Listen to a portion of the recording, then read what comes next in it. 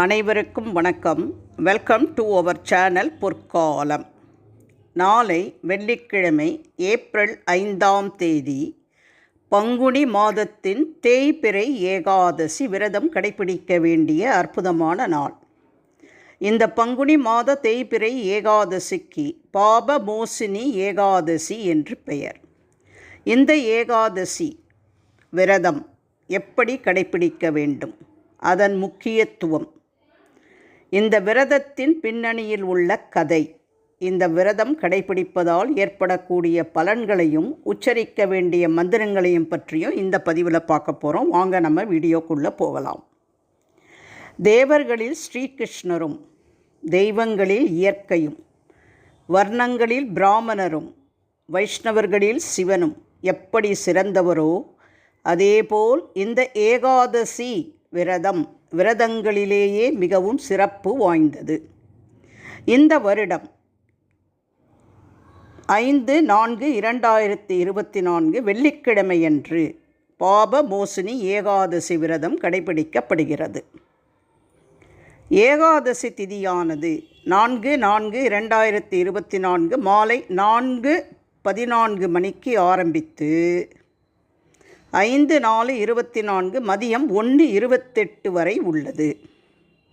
அதனால் இந்த ஏகாதசி விரதம் வெள்ளிக்கிழமை 5/4/2024 அன்று கடைபிடிக்கப்படுகிறது. பாரணை நேரம் 6:4/24, நேரம் காலை 6:17 மணியிலிருந்து 8:44 மணிக்குள் பாரணையை முடித்து விரதத்தை முடித்து கொள்ள வேண்டும். விரதங்களில் மிகவும் உயர்ந்த புண்ணிய பலனை தரக்கூடியதுதான் ஏகாதசி விரதம் என்று இந்து புராணங்கள் சொல்கின்றன. வாழ்க்கையில் தெரிந்தும் தெரியாமலும் செய்த பாவங்கள் ஏகாதசி விரதம் இருப்பதால் நீங்கிவிடும் என்றும் நம்பப்படுகிறது. ஆனால் ஏகாதசி விரதம் இருந்தால் பாவங்கள் நீங்கிவிடும் என்பது உண்மைதானா அப்படின்ற சந்தேகம் எல்லாருக்குமே இருந்து வருகிறது. ஏகாதசி விரதம் இருந்தால் எப்படி பாவங்கள் நீங்கும் என்பதை பாபமோசினி ஏகாதசி விரத கதை நமக்கு தெள்ளத் தெளிவாக புரிய வைக்கும். வாங்க இந்த விரத கதையை பார்க்கலாம். பாபமோசினி ஏகாதசி விரத கதை. இந்த பாபமோசினி ஏகாதசி விரத கதை பவிஷ்ய உத்தர புராணத்தில் பகவான் கிருஷ்ணருக்கும் மன்னன் யுதிஷ்டருக்கும் இடையே நடந்த உரையாடலாக காட்டப்பட்டுள்ளது. கதையின்படி சிவபெருமானின் தீவிர பக்தரான மேதாவி என்ற முனிவர் இருந்தார். இந்த முனிவர் அழகும் மனமும் மிக்க மலர்கள் நிறைந்த சைத்ரரத வனத்தில் தியானம் செய்து வந்தார். இந்திரனும் அப்சரஸ்களும் அடிக்கடி காட்டிற்கு சென்று வந்தனர். அப்சரஸ்கள் இளம் மேதவியின் கவனத்தை திசை திருப்ப பலமுறை முயன்றனர். ஆனால் வெற்றி பெறவில்லை. அப்சரஸ்களில் ஒருவரான மஞ்சுகோசா இந்த முனிவரின் கவனத்தை திசை திருப்ப பல வழிகளில் முயன்றார். ஆனால் அவரது தவத்தின் சக்தியால் அவளால் அவரை நெருங்க முடியவில்லை. இறுதியில் மஞ்சுகோசா முனிவரிடமிருந்து சில மைல்களுக்கு அப்பால் ஒரு கூடாரத்தை அமைத்து பாடத் தொடங்கினார். இது மன்மதனையே கூட உற்சாகப்படுத்தியது. மஞ்சுகோஷா முனிவரின் இளம் மற்றும் கவர்ச்சியான உடலை பார்க்கும் ஒவ்வொரு முறையும் அவள் காமத்தால் அமைதி அற்றவள் ஆனாள். இறுதியாக மஞ்சுகோஷா மேதாவியை நெருங்கி அவரை தழுவிக்கொண்டார். இது முனிவரின் தவத்தை உடைத்தது. அதன் பிறகு முனிவர் மஞ்சுகோஷத்தின் வசீகரத்தில் தன்னை முழுவதுமாக இழந்து மாட்டிக்கொண்டார். அவர் உடனடியாக தனது தூய்மையை இழந்தார். இரவும் பகலும் என்ற வித்தியாசத்தை கூட மறந்துவிட்டார். மேதாவி முனிவரை 57 ஆண்டுகளாக தனது வசீகரத்தில் சிக்க வைத்தால் மஞ்சுகோஷா. அதன் பிறகு அவர் மீதான ஆர்வத்தை இழந்து வெளியேற முடிவு செய்தார். மேதாவியிடம் தன் விருப்பத்தை அவள் சொன்னபோது முனிவர் சுய நினைவுக்கு திரும்பினார். அப்சரா தன்னை 57 ஆண்டுகளாக எப்படி சிக்க வைத்துள்ளார் என்பதை உணர்ந்தார். இதனால் கோபமடைந்த மேதாவி மஞ்சுகோஷாவை மிகவும் அசிங்கமான பெண்ணாக மாற்ற சபித்தார். கோபமடைந்த முனிவர் அப்சராவை அசிங்கமான சூனியக்காரியாகும்படி சபித்தார்.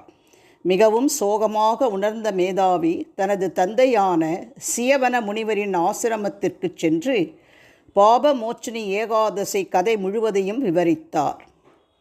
சியாவன முனிவர் மேதாவி மற்றும் மஞ்சுகோஷா இருவரையும் பாபமோசினி ஏகாதசி விரதத்தை கடைபிடித்து முழு பக்தியுடன் விஷ்ணுவிடம் பிரார்த்தனை செய்யுமாறு கேட்டுக்கொண்டார். இதன் விளைவாக அவர்கள் தங்கள் பாவங்களிலிருந்து விடுபட்டனர். பாபமோசினி ஏகாதசி விரதம் கடைபிடிக்கும் முறை. ஏப்ரல் 5ஆம் தேதி வெள்ளிக்கிழமை அன்று அதிகாலையில் எழுந்து குளித்து சுத்தமான ஆடைகள் அணிந்து கொண்டு பூஜை அறையில் உள்ள மகாவிஷ்ணுவின் படம் அல்லது பெருமாள் படத்திற்கு சந்தனம் குங்குமம் வைத்து மஞ்சள் பூக்களால் அலங்கரித்து ஒரு நெய் தீபம் ஏற்றி வைத்து வணங்கி விரதத்தை ஆரம்பிக்க வேண்டும்.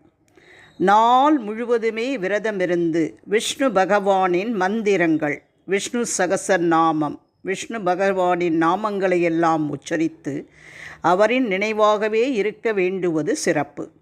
விரதம் இருக்க முடியாதவர்கள் பால் பழம் சாப்பிடலாம். நோயுற்றவர்கள் வயதானவர்கள் எளிய அரிசி தானியங்கள் சேர்க்காத உணவுகளை எடுத்துக்கொண்டும் பூஜை செய்யலாம். மாலையில் வீட்டிற்கு பக்கத்தில் உள்ள பெருமாள் அல்லது விஷ்ணு பகவானின் கோவிலுக்கு சென்று துளசி மாலை சாத்தி வணங்கலாம். மாலையில் மறுபடியும் நம் வீட்டின் பூஜை அறையில் நெய் விளக்கு ஏற்றி வைத்து நிவேதனமாக சர்க்கரை பொங்கல், வெண்பொங்கல் அல்லது தயிர் சாதம் படைத்து ஓம் நமோ பகவதே வாசுதேவாயா அல்லது ஓம் நமோ லக்ஷ்மி நாராயணாய நமகா என்ற மந்திரத்தை 108 முறை உச்சரித்து துளசியால் அர்ச்சிக்க வேண்டும். மறுநாள் 6/4/2024 சனிக்கிழமை அன்று காலையில் 6:17 மணியிலிருந்து 8:44 மணிக்குள் பாரணை செய்து விரதத்தை முடித்து கொள்ளலாம். சரி, இப்போ விரதம் இருக்கக்கூடிய முறையை பார்த்துட்டோம். இப்போ ஏகாதசி விரதம் இருந்து நிறைய பாவங்கள் செய்கிறாங்க. செஞ்சுட்டு இந்த ஏகாதசி பாபமோசினி விரதத்தை கடைப்பிடித்தா அவங்க பாவங்கள்லாம் நீங்கிடுமா? அப்படி என்றால் இல்லை. வெறும் உபவாசம் இருந்து பெருமாளை வழிபட்டால் பாவங்கள் நீங்கிவிடுமா? இல்லை.